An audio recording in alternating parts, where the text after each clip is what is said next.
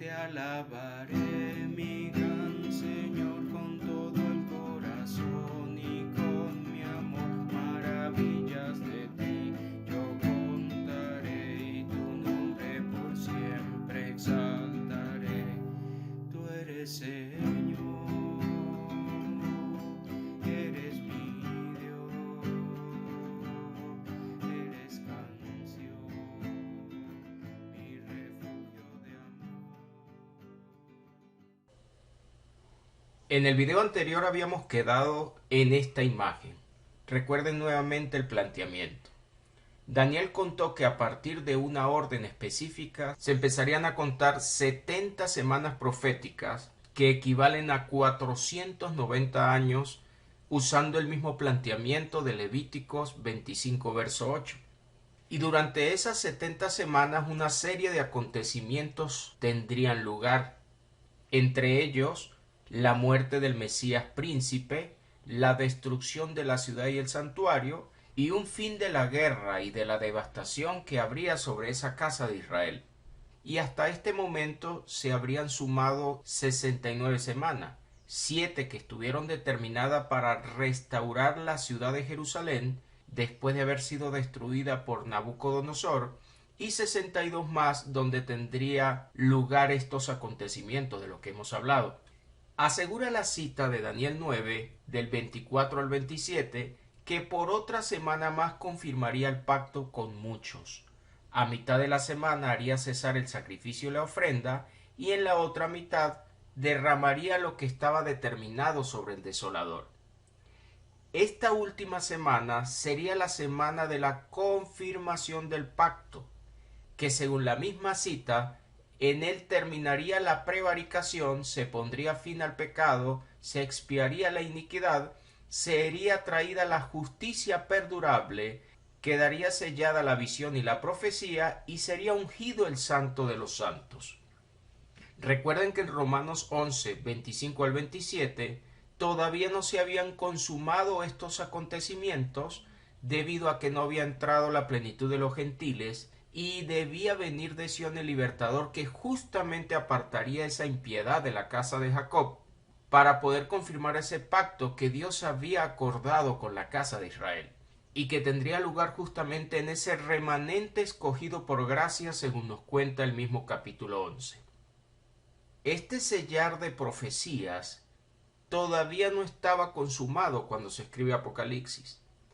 ya que en el capítulo 10 versos 6 y 7 hace referencia a que en el momento del toque de la séptima trompeta el misterio de Dios sería consumado como él se lo había dicho a los santos profetas. Por eso es que vemos una relación perfecta del libro de Apocalipsis con los profetas antiguos, ya que ellos estaban anunciando justamente esos tiempos del fin de ese siglo y de la consumación del proyecto de Dios, que según Hebreos 9 verso 26, Cristo había venido en sacrificio porque esos siglos se estaban consumando, y que según Primera de Juan 2:18, ya ellos estaban viviendo ese último tiempo, que según Primera de Corintios 10:11, el apóstol Pablo lo definió como haber alcanzado los fines de los siglos, donde Dios justamente terminaría de cumplir las promesas antiguas.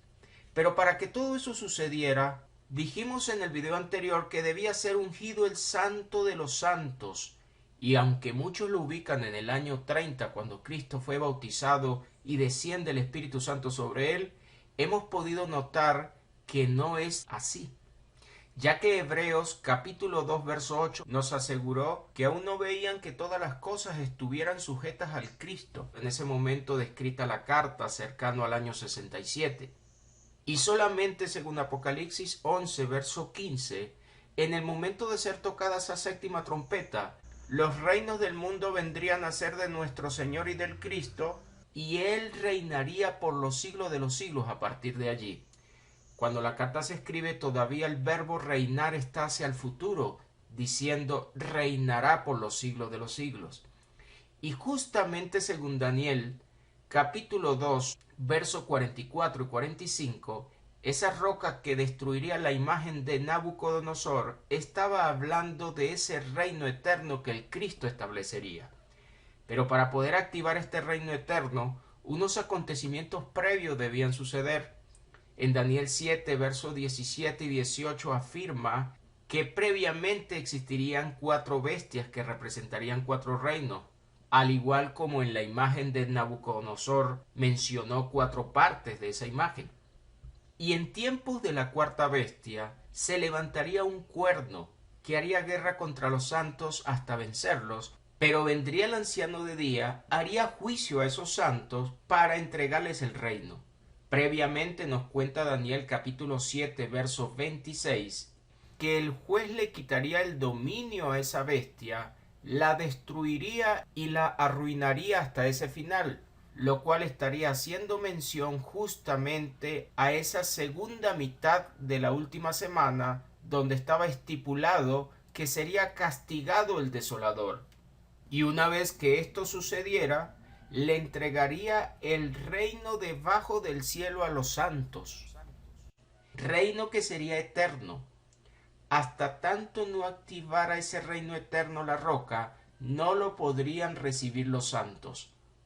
Y notamos que en Apocalipsis 13 todavía nos habla de esa bestia, esa misma que se le permitiría hacer guerra contra los santos y vencerlos, tal cual lo anunció Daniel. Y hasta no ser destruida esta bestia, recuerde que todavía no podía ser entregado el reino a los santos debajo del cielo, lo que hace que todavía en Apocalipsis estén mostrando hacia el futuro este reinar que esperaban. Nos dice el capítulo 5 verso 10 que todavía ellos no reinaban en la tierra. Y nuevamente Apocalipsis 22:5 nos vuelve a presentar ese reino eterno de los siervos hacia el futuro.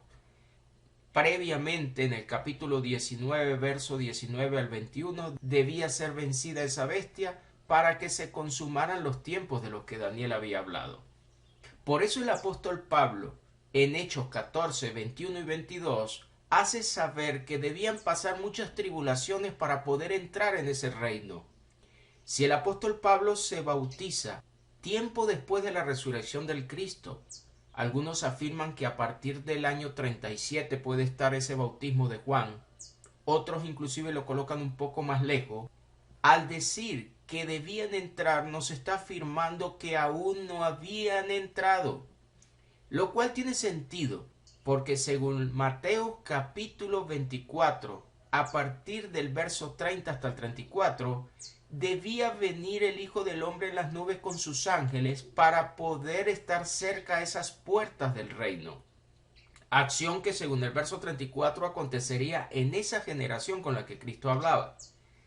Y Lucas, en el capítulo 21, versos 27 al 32, vuelve a afirmar lo mismo, que con la venida del Hijo del Hombre en las nubes, la redención estaría cerca y también ese reino que estaban anhelando. Y nuevamente nos dice el 32 que sería un acontecimiento en esa generación. Y los versos previos nos venían hablando justamente de la destrucción de Jerusalén que también acaecería en esa generación, lo cual nos estaría indicando que todos estos acontecimientos tendrían lugar en el llamado primer siglo después de Cristo que nosotros conocemos, como lo viene contando desde el verso 20 hasta el 24, donde Jerusalén sería hollada por los gentiles hasta que el tiempo de esos gentiles se cumpliera. Acción que todavía al escribirse Apocalipsis 11:2 no había acontecido, porque está presentándolo nuevamente hacia el futuro, diciendo que los gentiles hollarán la ciudad santa 42 meses. Si esto es así, estaríamos hablando que Apocalipsis está escrito antes de consumarse esta destrucción. Y todo tiene sentido, porque Daniel en el capítulo 9 nos contó que en el tiempo de estas 62 semanas, después de quitada la vida al Mesías príncipe, vendría un príncipe con su pueblo a destruir la ciudad y el santuario, activando una guerra y una devastación, y después por otra semana sería confirmado el pacto. Todo esto nos hace entender entonces que Apocalipsis fue escrito antes de la destrucción y que lo que está narrando dentro justamente está haciendo referencia a estos acontecimientos proféticos donde Jerusalén sería hollada por los gentiles. En ese momento que se consumaran las profecías de Apocalipsis, lo cual es factible presumir gracias al adverbio de tiempo pronto y cerca que el mismo libro presentó en el capítulo 1 del 1 al 3, Cristo entonces quedaría ungido como Rey de Reyes y Señor de Señores en el momento del toque de esa séptima trompeta. Y de igual forma en el capítulo 12 verso 10 nos contó que después que el diablo fuera arrojado del cielo, ya Cristo tendría toda la autoridad y habría venido salvación, reino y poder en ese momento que fuera arrojado el acusador del cielo. Acción que no estaba consumada antes de Apocalipsis, porque leímos que en Efesios 6:12 todavía había una lucha contra huestes espirituales de maldad que estaban en esas regiones celestes, lo cual indica que no había sido arrojado. Y como hemos dicho, Hebreos 2:8 afirmó que todavía no veían todas las cosas sujetas al Cristo. La salvación tampoco se había consumado, según 1 de Pedro 1:5 y Hebreos 1:14, lo cual indica que estaba hacia el futuro de esos escritos. Pero según Romanos capítulo 13 verso 11, esa salvación estaba cercana a ellos, lo que indica que tiene una relación perfecta con el planteamiento de Apocalipsis 12:10, que ya la salvación habría llegado cuando ese pronto de Apocalipsis se activara. Esta salvación estaba anunciada desde tiempos pasados, y aún Joel capítulo 2 verso 32 mencionó que habría salvación en Sión y en Jerusalén y entre el remanente, el cual Dios llamaría. Esa salvación tenía que activarse allí, justamente en Sión y en Jerusalén. Pero previamente, según el verso 31, un día terrible, un día espantoso de Dios, que tiene relación con su ira santa, debía consumarse. Según Malaquías 4, 1 y 2, vuelve a repetirnos lo mismo. En el verso 2 asegura que habría salvación y justicia, pero previamente en el verso 1 mencionó una destrucción de impíos, que serían como estopa en horno ardiente. Y ya en el verso 5 de ese Malaquías 4, afirmó que sería enviado el profeta Elías antes que viniera el día terrible de Dios. Cristo afirmó que ese profeta Elías estaba representado en la persona de Juan el Bautista. Usted lo puede leer en Mateo 11 del 11 al 14. Y según Lucas capítulo 1, se le diría al padre de Juan que su hijo representaría a ese Elías que había sido anunciado en Malaquías. Por eso que en Mateo 3 verso 7, cuando Juan vio a los fariseos venir a su bautismo, les habló que esa ira estaba cercana, y hasta el verso 12 lo puede leer, asumiendo que ya el hacha estaba puesta a la raíz de todo árbol para ser cortado y echado en el fuego a aquellos que no mostraran frutos dignos de arrepentimiento. Pero según ese texto, estaba hablando con descendientes directos de Abraham, los cuales entendían muy bien esta ira venidera. Todo parece indicar que Apocalipsis nos está contando sobre esa ira, la cual sería anunciada en ese sexto sello según Apocalipsis 6. A partir del verso 13 lo puede leer, donde la ira habría llegado. Profecía que estaba planteada justamente en el Salmo 110 y lo puede leer hasta el verso 6, donde afirmó que una vez que Cristo estuviera sentado a la diestra, debía venir a consumar esa ira sobre esos reyes de la tierra. E inclusive habrían cadáveres, según nos cuenta el verso,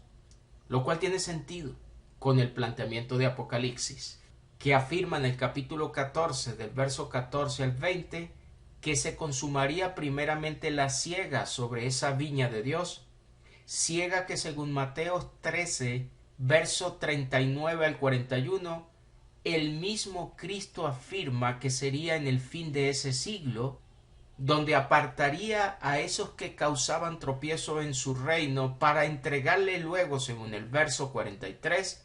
el reino al Padre Celestial. Y la destrucción que contó el Señor que acontecería en Jerusalén, según Mateo 24 y Lucas 21, asegurando que sería en tiempos de esa generación, como lo cuenta Mateo 24, 34 y Lucas 21, 32, y aún lo refuerza Marcos 13, verso 30. Entonces estos tiempos de limpieza donde inclusive sería autorizada una bestia para desolar y destruir a la ramera que nos cuenta Apocalipsis 17, versos 16 y 17, estaría teniendo relación con los acontecimientos acaecidos en esa tierra santa antes del fin de ese siglo. Acontecimientos que comenzarían con unas guerras judeo-romanas en el año 66 en tiempos de Nerón, pero que alcanzarían su mayor enfoque sobre Jerusalén a partir del año 70. Dios ya había anunciado estos tiempos de retribución y castigo, como lo contó Joel capítulo 2, hablando de ese ejército que saltaría los muros, e inclusive les invita a los sacerdotes y al pueblo judío a convertirse y a rasgar sus vestidos en llanto para que Dios se arrepintiera y los perdonara. Pero a pesar de que habían sido advertidos y de que el mismo Cristo había venido a reconciliarlos, no entendieron el tiempo de la visitación del Señor que los estaba invitando a arrepentirse. Por eso en Lucas capítulo 19 nos cuenta, a partir del verso 41 hasta el 44, que Jesús, cerca de la ciudad de Jerusalén, al verla lloró sobre ella, haciéndole saber que tenían un velo, y por no haber entendido el tiempo de la visitación del Mesías, tendrían que venir esos días sobre Jerusalén cuando los enemigos la rodearían con vallado, la sitiarían y por todas partes la estrecharían para derribarla a tierra con sus hijos dentro de ella, y no dejarían piedra sobre piedra por no haber entendido el tiempo de esa visita. Cristo siempre se los advirtió, y entre otras citas podemos notar en Lucas 21, a partir del verso 20 hasta el 24, que les hizo saber a sus discípulos que cuando vieran a Jerusalén rodeada de ejércitos, entendieran que había llegado el tiempo de esa destrucción, y les invita a huir de Judea y a no acercarse a ella, porque estos tiempos que estaban escritos debían cumplirse. Sin embargo,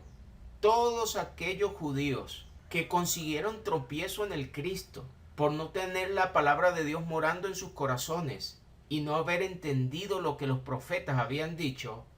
harían caso omiso a las señales,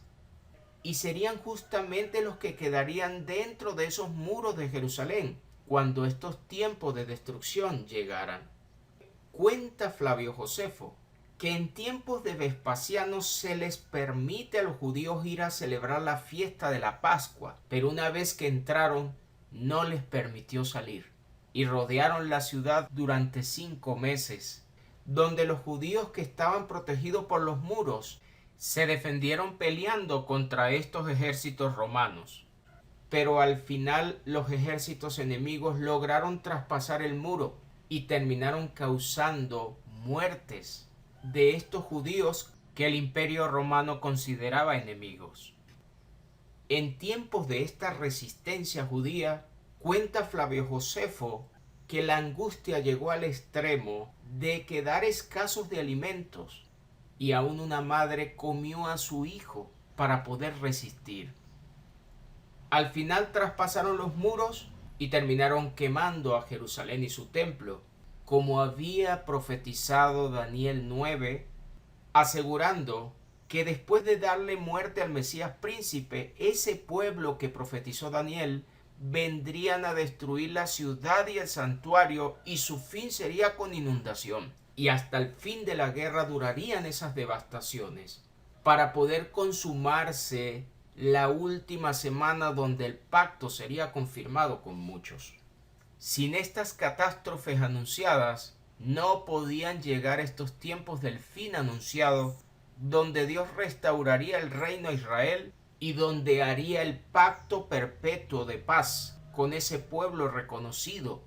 una vez que Dios extendiera el tabernáculo sobre ellos.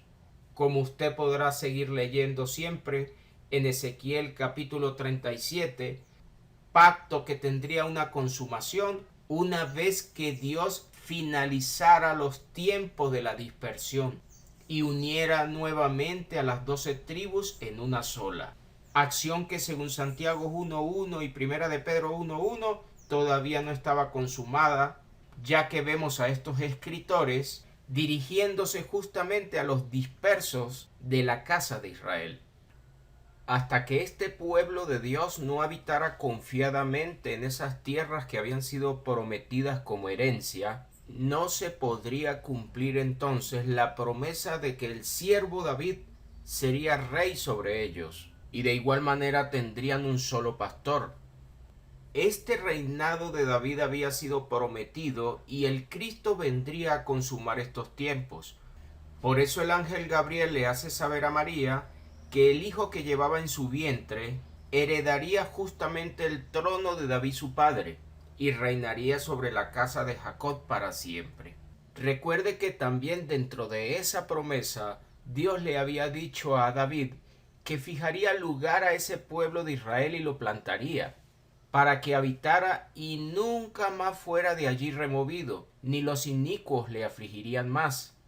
David estaba convencido de ese pacto perpetuo que Dios había ordenado y sabía que Dios lo guardaría.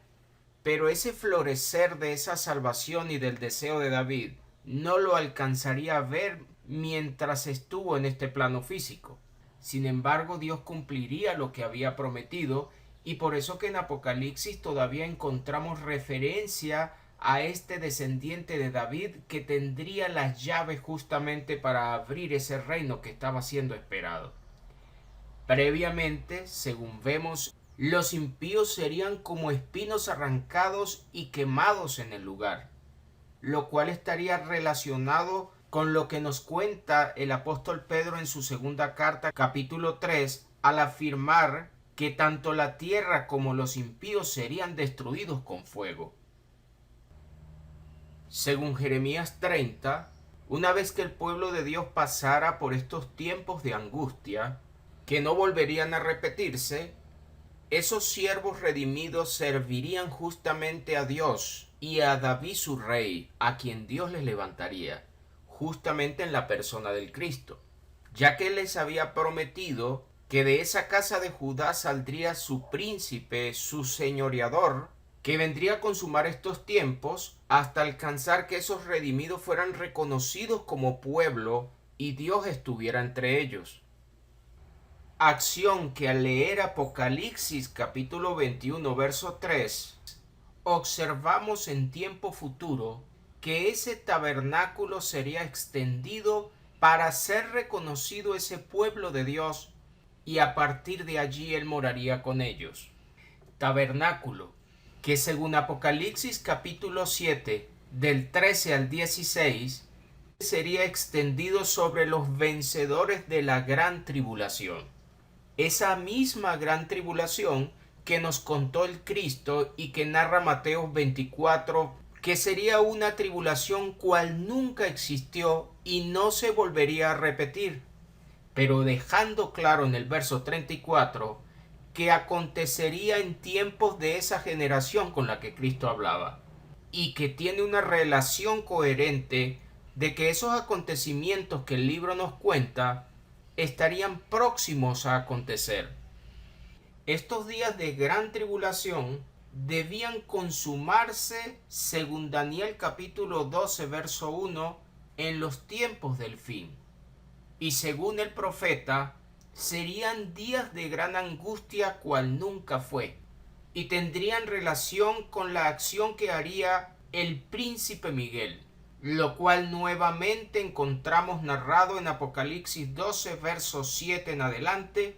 donde este arcángel con sus ángeles batallarían contra el diablo y sus ángeles, arrojándolo del cielo. Y una vez que esto aconteciera, el diablo con gran ira descendería a la tierra, sabiendo que le quedaría poco tiempo, y le daría poder justamente a esa bestia de la cual hemos hablado en Apocalipsis 13, la cual cumpliría la profecía dada en Daniel 7, 21 y 22, para hacer esa guerra contra los santos hasta vencerlo. Esta guerra duraría 42 meses, que según Apocalipsis 11.2 sería el mismo tiempo que los gentiles hollarían esa ciudad santa. Y si el libro nos cuenta que ese hollar estaría hacia el futuro, esto estaría indicando que no se había consumado las profecías de la limpieza sobre Jerusalén y que tendría relación con la siega que tendría lugar en ese fin de siglo, donde serían destruidos todos aquellos violadores del pacto, como nos cuenta Daniel capítulo 11, y a los cuales hace referencia la parábola de las bodas del Cordero que Mateo 22 nos cuenta, asegurando que los que habían rechazado esa invitación harían enojar al rey y le enviaría sus ejércitos para que quemaran la ciudad de esos homicidas, que desde tiempos antiguos eran responsables de haber derramado la sangre de los profetas y los mártires justamente en tierra de Jerusalén. Dios había determinado, según Lucas 11, 49 al 51, que demandaría la sangre de mártires y profetas en tiempos de esa generación con la que hablaba.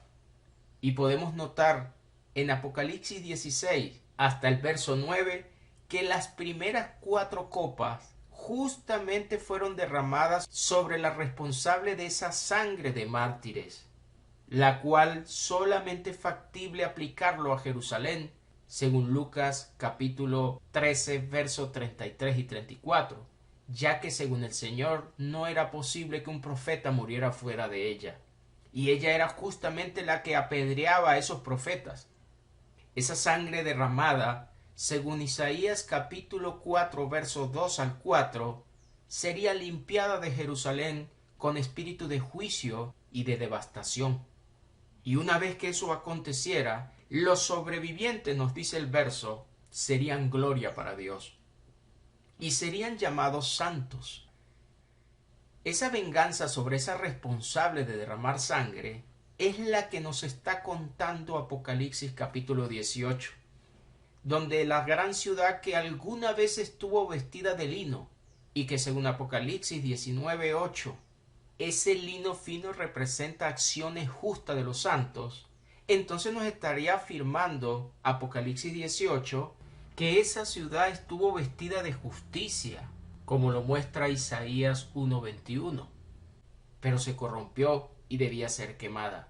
Y según el verso 24 de Apocalipsis 18, en ella se hallaría la sangre derramada de todos estos mártires,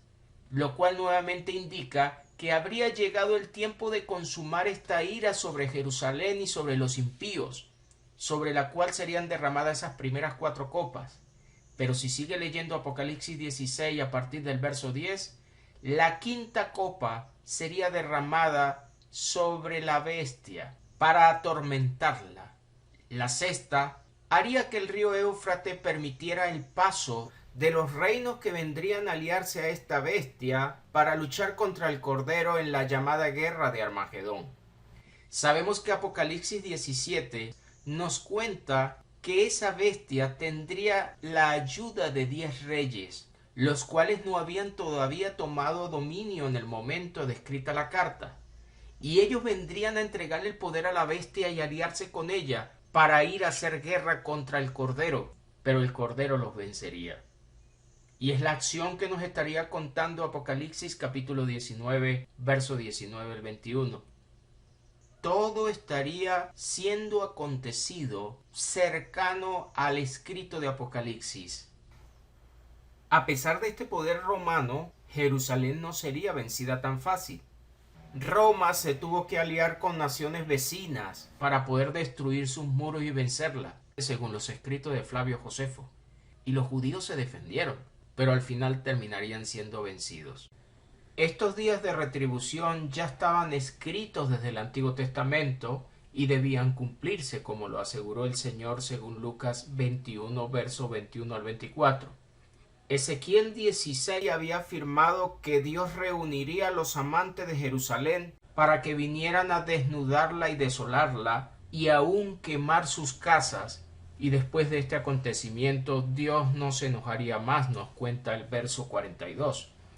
El profeta Zacarías, quien escribió casi 100 años después de la primera destrucción, también lo había profetizado en el capítulo 14, haciendo saber que en ese día del Señor que solamente él conocía, serían reunidas las naciones para combatir contra Jerusalén y repartir sus despojos. La ciudad sería tomada, serían saqueadas sus casas y aún violadas sus mujeres, para justamente cumplir estos tiempos de castigo. El profeta Joel, en el capítulo 2, también había hecho referencia a estos tiempos, asegurando que vendría un ejército temible, subirían los muros y entrarían por las ventanas como ladrones. Vendrían justamente a consumar ese día terrible de Dios, y una vez cumplidos, su pueblo nunca más sería avergonzado, dijo Dios, porque Él estaría con ellos. Todo esto estaba determinado, y por eso que en Apocalipsis 17, versos 16 y 17, asegura que Dios se había puesto de acuerdo para entregarle el reino de la ramera a esa bestia que cumpliría estos tiempos, la cual terminaría desolándola, desnudándola, devorando sus carnes y quemándola con fuego. Aún en Jeremías capítulo 30, Dios había contado que serían días de espanto y no de paz, al punto de afirmar que no habría otro día semejante a ese, tiempo de angustia para la casa de Jacob, pero dejando claro que Dios la libraría de ese momento. Pero previamente tenía que hacerla pasar por un castigo. Y una vez que esto sucediera, la casa de Jacob nuevamente heredaría la tierra prometida, volviendo de la cautividad, y a partir de ese instante servirían a Dios y a David su rey, al cual le levantaría en la representación de Cristo Jesús. Una vez que esos tiempos se consumaran, se activaría entonces el final profético, donde sería confirmado el pacto con la casa de Israel, y serían recogidos de todas las naciones a donde fueron esparcidos para ser traídos a su tierra y poderla heredar como Dios se lo había prometido a Abraham, lo cual tendría consumación en sus descendientes. En Apocalipsis 20 vemos que el diablo es atado en aquel tiempo llamado 1000 años, del cual tendremos tiempo para estudiar. Y una vez que este remanente estuviera volviendo a su pueblo, se desata el diablo nuevamente en el verso 7, y Gog y Magog vendrían confederados con otras naciones según la profecía de Ezequiel 38, para saquear a ese campamento de santos que estarían nuevamente volviendo a su tierra para empezar a restaurarla. Vendrían a rodear la tierra y el campamento de los santos y a la ciudad amada, refiriéndose justamente a Jerusalén. Pero del cielo descendería fuego y Dios no permitiría que la atacara, tal cual lo cuentan los últimos versos de Ezequiel 38. En el capítulo 39 de Ezequiel, justamente vuelve a hacer referencia a Gog, diciendo que los traería a tierra de Israel, y sus cadáveres serían alimento para las aves de rapiña y las fieras del campo. Y a partir del verso 25, cuando esta acción se consumara, Dios los haría reposar en esa tierra prometida, lo cual indica que la dispersión habría acabado, y dice que derramaría su espíritu y nunca más ocultaría su rostro de ellos. Acción que indica que Dios los escucharía nuevamente. Isaías 59, verso 2, hace saber que Dios oculta su rostro para no oír por causa del pecado. Y según Deuteronomio capítulo 31, verso 18 hasta el 21 lo puede leer, Dios le había dicho a Moisés que ese pueblo se apartaría de sus mandamientos y que eso haría que Dios les ocultara su rostro para que tuvieran tiempos de angustias. Así que cuando habla de ocultar su rostro, habla de no escucharle sus oraciones. Y de igual manera, volver a ver su rostro implica que les volvería a escuchar. Solo en Apocalipsis 22 encontramos este final profético perfecto, donde a partir del verso 3 hasta el 5 notará que sus siervos tendrían el nombre de Dios en sus frentes, no habría más maldición, Dios nunca más les ocultaría su rostro y reinarían por los siglos de los siglos. Lo cual estaría indicando que se estaría consumando ese pacto que había sido prometido desde el pasado, ya que según Jeremías capítulo 31, Dios aseguró que haría un nuevo pacto con la casa de Israel, y según el verso 34, perdonaría la maldad de ellos y no se acordaría más de su pecado, símbolo de que nuevamente les mostraría su rostro escuchándole sus oraciones. Pero si lo lee desde el verso 23, también notará que este pacto tendría lugar una vez que los cautivos volvieran a su tierra y Judá nuevamente estuviera habitada. A partir de allí, esa profecía que nuevamente relató Hebreos capítulo 8 versos 10 hasta el 12 estaría siendo consumada, y el nuevo pacto ya no estaría en mediación, porque Dios habría cumplido plenamente sus promesas, reconociéndoles como pueblo y extendiéndoles el tabernáculo sobre ellos, tal cual lo había anunciado Ezequiel capítulo 37, versos 26 y 27, y que leímos que todavía estaba en el futuro de Apocalipsis 21:3. Pero entendiendo que este libro de Revelación hizo referencia a adverbios de tiempo que indicaban cercanía, podemos entender que este proyecto de Dios estaría consumado en ese primer siglo, y que la última semana profética de Daniel, donde el pacto sería confirmado, estaría cumpliéndose justamente tiempo después de haber sido destruida la ciudad y el santuario, y de haber finalizado la dispersión que Daniel 12:7 nos contó. Recuerde que todavía después del año 50, Santiago escribió a esas tribus dispersas, y nuevamente el apóstol Pedro, cercano al año 64 al 66, nuevamente le escribe a los expatriados y dispersos, lo cual indica que no había finalizado estos tiempos. Y por esta razón, en Romanos 11 del 25 al 27, el apóstol Pablo presenta ese pacto con la casa de Jacob y ese quitar pecados hacia el futuro, lo cual tendría lugar una vez que entrara la plenitud de los gentiles y viniera de Sión el libertador que quitaría esa impiedad. Es importante entonces este final profético de la consumación del pacto, pero para que eso sucediera, debía el Santo de los Santos ser ungido, y esto sería en el momento en que todos sus enemigos estuvieran debajo de sus pies. Y de esta manera Israel podría alcanzar la salvación que estaba esperando. Según Hebreos capítulo 9, verso 28, Cristo aparecería por segunda vez sin relación con el pecado para salvar los que le esperan, y justamente activaría esa salvación que Joel capítulo 2, verso 32 nos contó. Esa salvación que tendría lugar en Sión y en Jerusalén después de consumarse el día terrible del Señor, del cual habló justamente Juan el Bautista. Y una vez que esto sucediera, Cristo sería sentado en trono de gloria, como lo cuenta Mateo capítulo 25, verso 31, cumpliendo justamente la promesa a David, donde sería sentado ese descendiente suyo para afirmarle su reino eterno,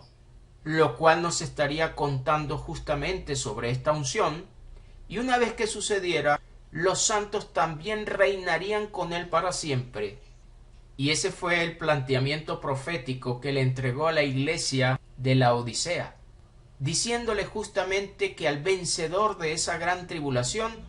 le permitiría que se sentara con Cristo en su trono, lo cual sucedería cuando Cristo justamente venciera a esos enemigos. Recuerden que Apocalipsis 22 nos contó que ahora en la santa ciudad que descendería del cielo estaría el trono de Dios y del Cordero, lo cual indicaría que Cristo ya estaría entonces sentado en su trono cuando se activara ese capítulo 22. Y de ser así, la segunda venida que cuenta Mateo capítulo 25 versos 31 también estaría consumada, porque sería allí donde se sentaría en su trono de gloria,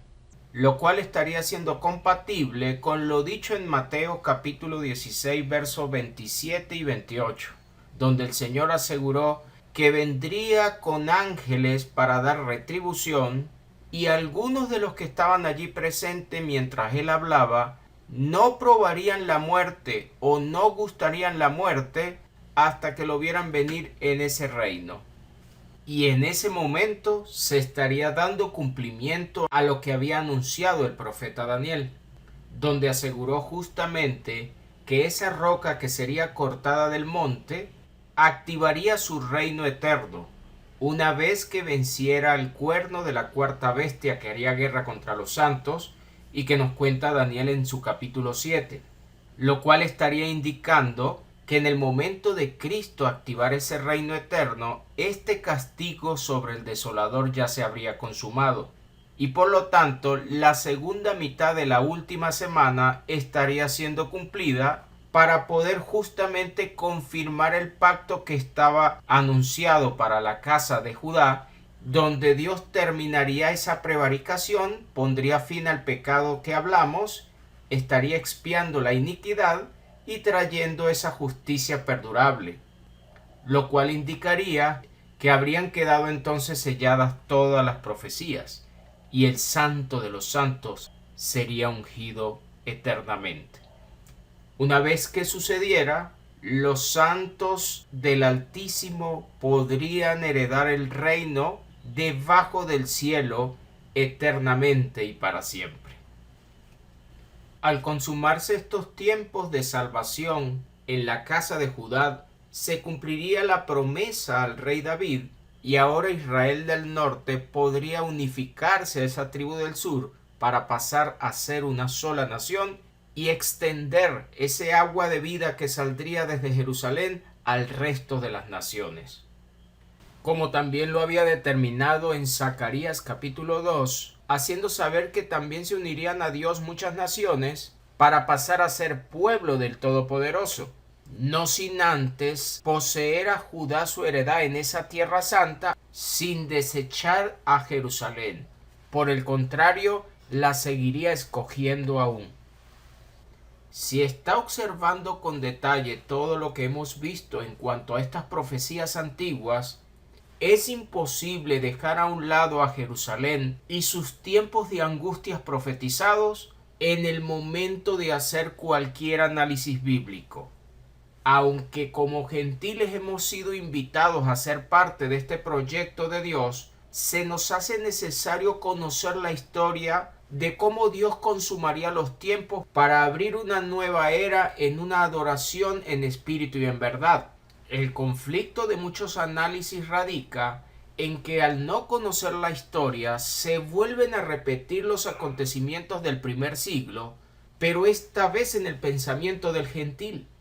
creyendo que esas promesas que estaban allí cercanas están para el futuro de nuestro siglo XXI, lo cual hace que no se pueda extraer del libro de Apocalipsis esas hermosas promesas que el capítulo 21 y 22 nos cuentan. Y la intención de realizar estos videos es para que pueda observar el paralelismo coherente entre el libro de Apocalipsis y todas las profecías antiguas. Y para que lo siga comprendiendo, se hace necesario revisar siempre las fechas de esas cartas escritas en el Nuevo Testamento y los planteamientos proféticos antiguos para comprender justamente lo que Dios le estaba contando a esos primeros destinatarios formados por la casa de Israel. Y espero en el siguiente video seguir hablando un poco más sobre estas hermosas 70 semanas que tienen una gran importancia en el discernimiento de la doctrina bíblica que debemos hoy en nuestro presente comprender para poder atrapar y vivir en esos nuevos pensamientos que Cristo ha dejado consumados y que tendrían lugar a partir del momento en que este descendiente de David fuera ungido como Rey de Reyes y Señor de Señores, colocando a todos sus enemigos bajo sus pies y activando el reino eterno debajo del cielo que estaban esperando los santos desde el Antiguo Testamento. Espero escudriñe todo lo que aquí se ha mostrado y esté listo para el siguiente video. Cristo Jesús me les guarde siempre en su infinita misericordia.